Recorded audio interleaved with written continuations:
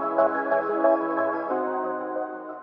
guys, welcome back to the channel. Today we're going to be swapping out this F32 truck to an F82, and this is something that I've seen on the forums.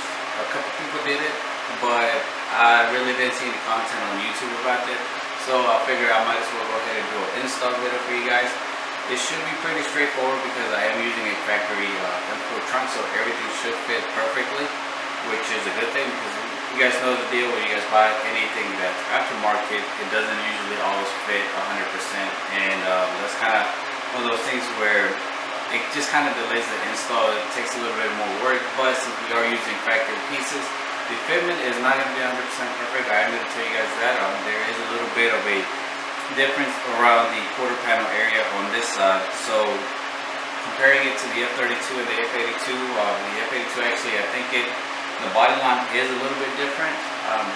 I can't remember exactly from the pictures, but this is where the difference is going to be at this point.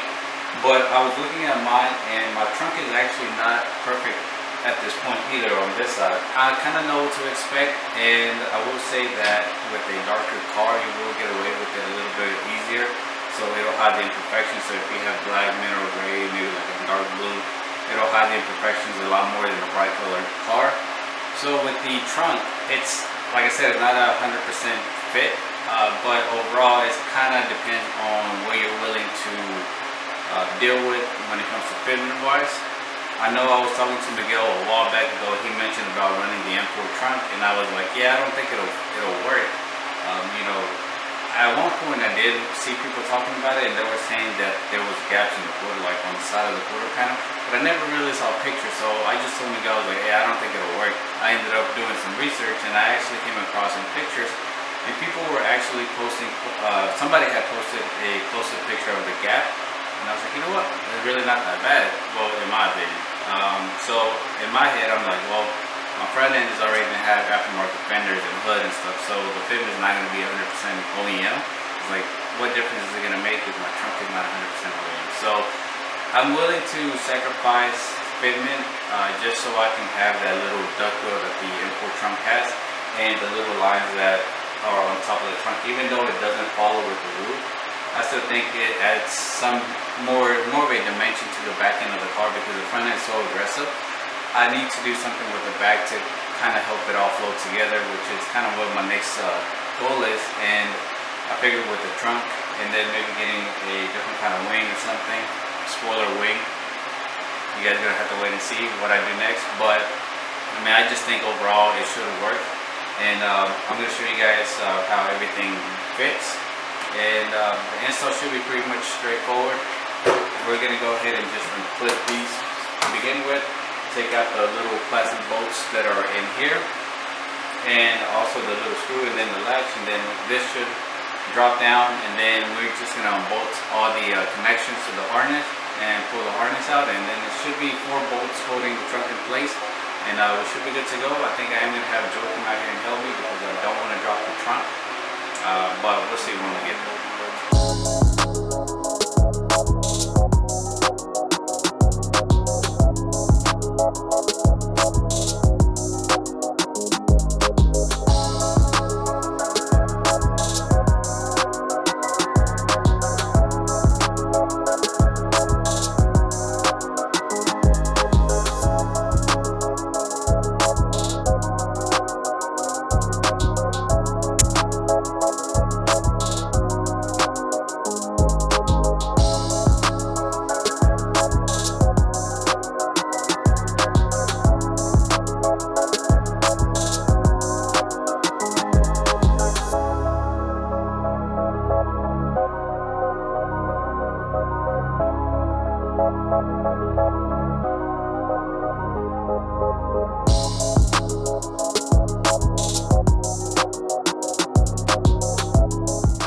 So I pretty much have the whole harness wired up already. Well, not wired up, but pretty much connected everywhere it needs to go. So this is just going to be for the lights, and then that's pretty much it. The lights just hooked up.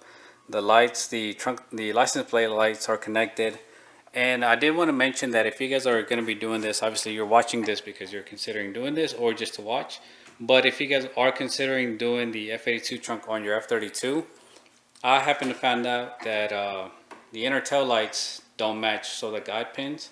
So if you buy inner tail lights for an F80, for F32, and you try to put them on an F82 trunk, it's not gonna line up. Like I was struggling for the past 30, maybe even 40 minutes, just trying to do some research, figuring out why it wasn't lining up. So it turns out that the guide pin that the lights normally have, which you see right here, that doesn't line up with this hole right here. So this one I actually broke it when I first got the tail light when I was trying to install it on my F32 trunk.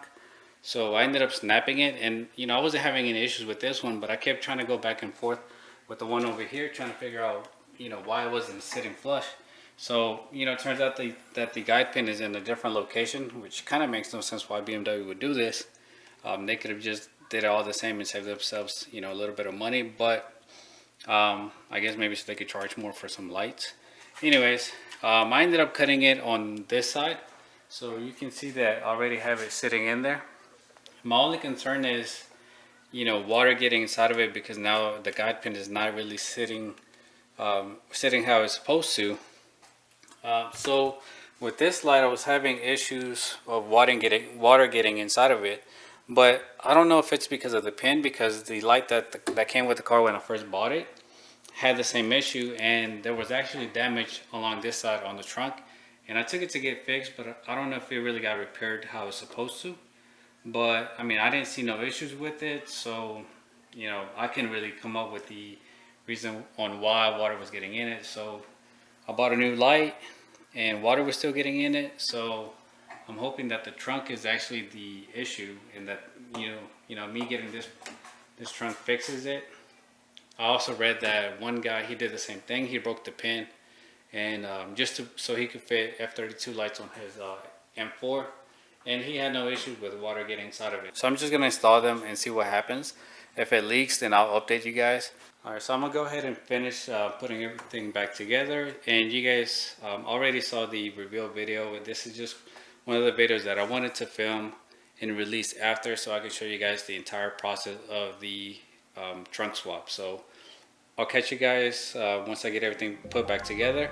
Everything is the same as you took it off, so I'm not going to show you guys that part because it's pretty self-explanatory, and I'm sure you guys can figure it out if you're willing to take on this project, which is very simple.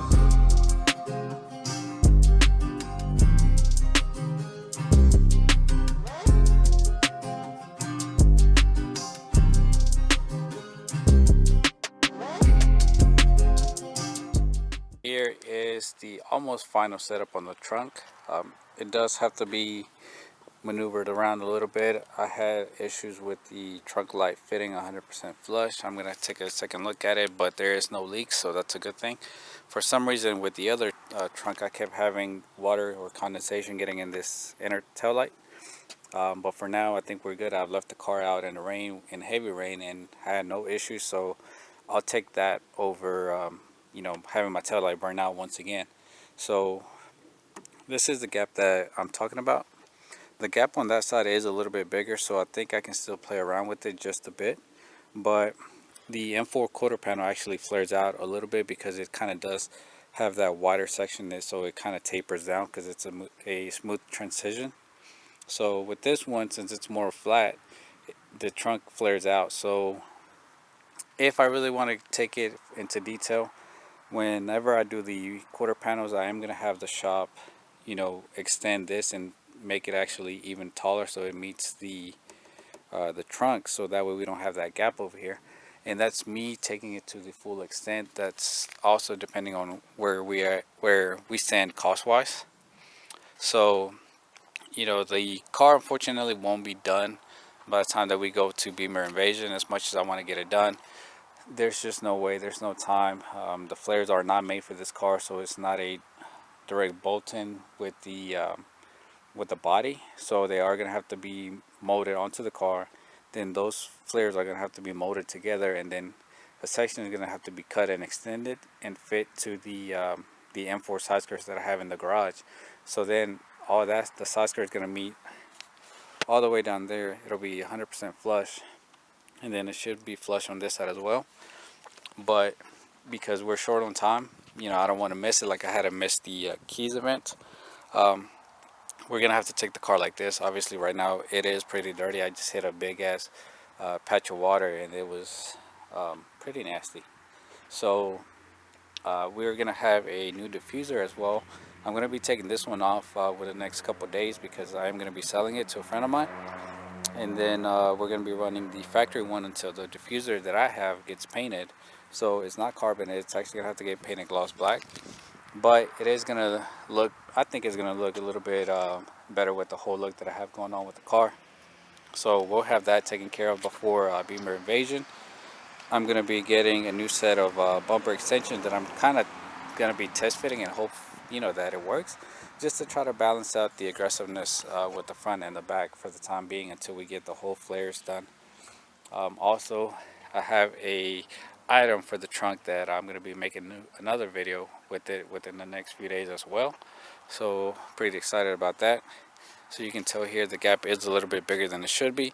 So I think I have to shift maybe the trunk this way, and then see if I could push it down so we can close up that gap. But this is pretty much what we have here, the outcome.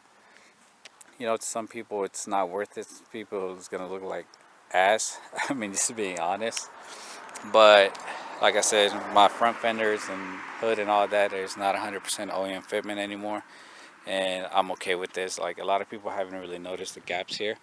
If you looked at the beginning of the video, even the factory trunk had a little bit of gaps. So like I said, this one I think I can get a little bit better just by looking at this side over here. So we're going to be working on that later on today, try to get the fitment dialed in. But I just wanted to go ahead and get this video out and show you guys kind of what to expect, because I have gotten quite a bit of messages asking me about the trunk. So there's no videos out here on YouTube, so I think this might be the first one that it actually goes into details about the fitment and everything. And so it's just kind of more up to you if you want to go ahead and get it done, if you want to go with it, if you want to deal with it. Like I said, black cars and grays and navy blues would probably hide this better, the gap, versus a white car or a red, whatever you might, silver. So yeah, I like the little kick. I think it's worth it to me to have the trade-off between the kick and the little gap here. Uh, yeah, let me know what you guys think.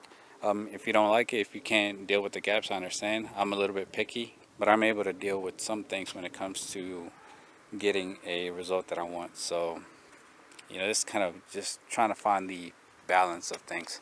But yeah, guys, that's going to do it for today's video. Thank you guys so much for watching, and I'll see you guys in the next one. Peace.